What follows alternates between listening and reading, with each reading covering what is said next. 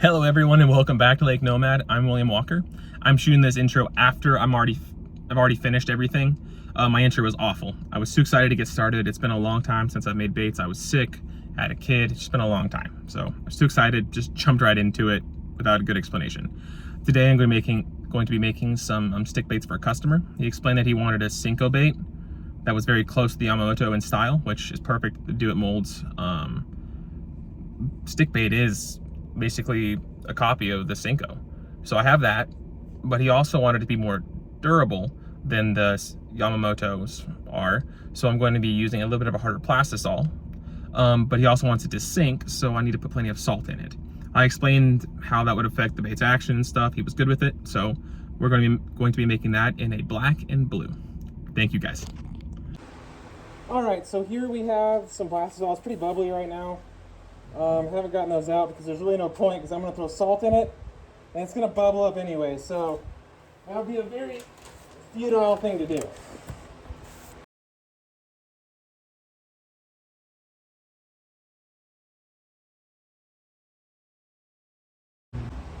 All right, my plastic's out of the microwave. As you can see, it definitely, salt changes the color for sure.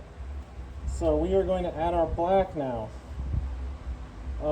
Before all the bubbles are gone too, so we don't have to worry about doing that twice in case there's some moisture in this too. But it will change the amount of black we need because that salt obviously is white and it's gonna want to really just kind of dull the black, make it more of a gray.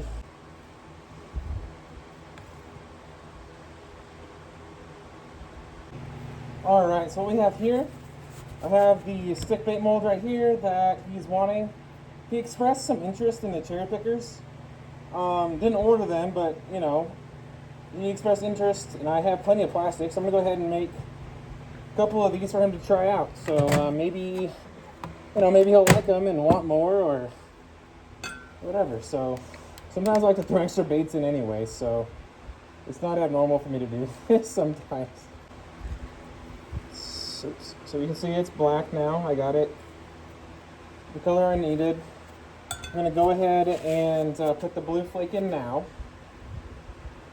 I do tend to use quite a bit of blue flake when it comes to like black and blue if I have to add salt, just because first off, this is an Essential Series mold, so it's already going to be, a little bit more opaque, and the fact we add salt, just like you see in Yamamoto baits, it's going to make it a little less transparent as well. So I want to make sure I load it up with flakes so you can definitely see it.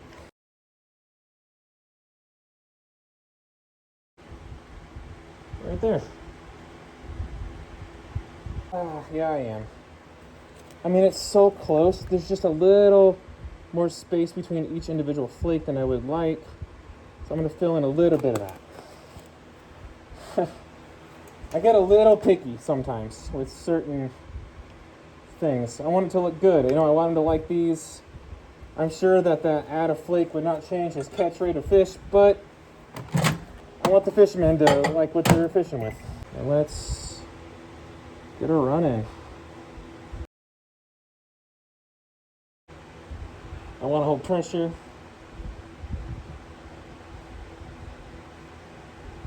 Okay. Fill up that sprue.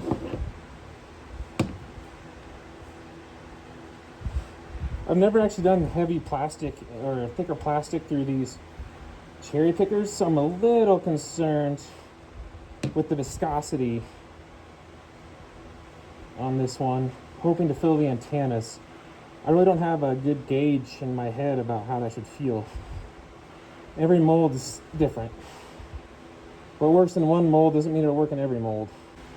Okay, so we're going to open this up in here, and then I'll take it out into the sunlight so you guys can see it, better.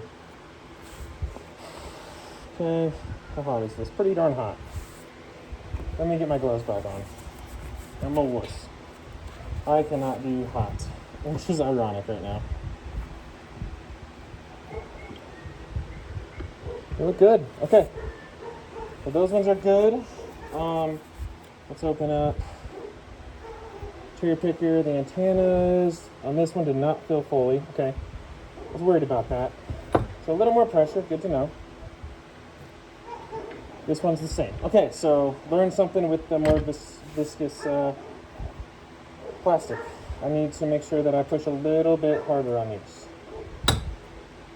All right, good to know.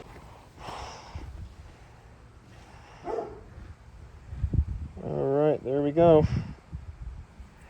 Obviously, I'll pinch off the little spruce so you guys can tell what I was talking about, how they're a little bit more opaque.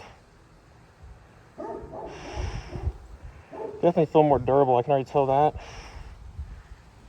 Awesome. Went ahead and did the cherry picker again. A little more pressure, warmed the mold a little more. And there we go, complete full. All right, so here's all the stick baits that he wanted. I made an extra run, which I'm happy about because there is one here that I'm going to change it out for right there. It's got a dent. I don't like that. I'm gonna get rid of that one and replace it with a good one. So I hope these work for him. And then I threw in a couple of cherry pickers. Yeah. All right, we're gonna test this real fast. Okay, this water's kind of cold, but not terrible. I'm not sure how much it would even affect it, but I just know that colder water is more dense, so I didn't know how that would affect the sink, you know. But it's not bad, actually. I'm kind of surprised. Okay, I drop them in. See the sink on this. All right. Oh, hold on.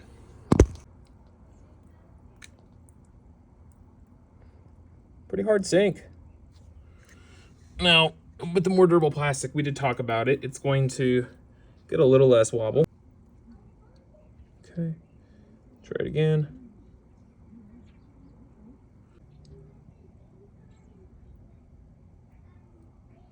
There you go. That was a better shot of it. That's gross water. It does still have a little bit of the like shimmy, but definitely not as hard as it would if it was a more, you know, light plastic. And this was the bulge one I didn't want to send to him. So no harm on using this. And there will be a hook on here too, so I know it'll sink even faster once we get that. Whew. Thank you guys so much for watching. Appreciate you guys sticking around and staying with me these last couple weeks. It's been kind of a slow process, but thanks for waiting, and thank you so much for tuning in. See you guys soon.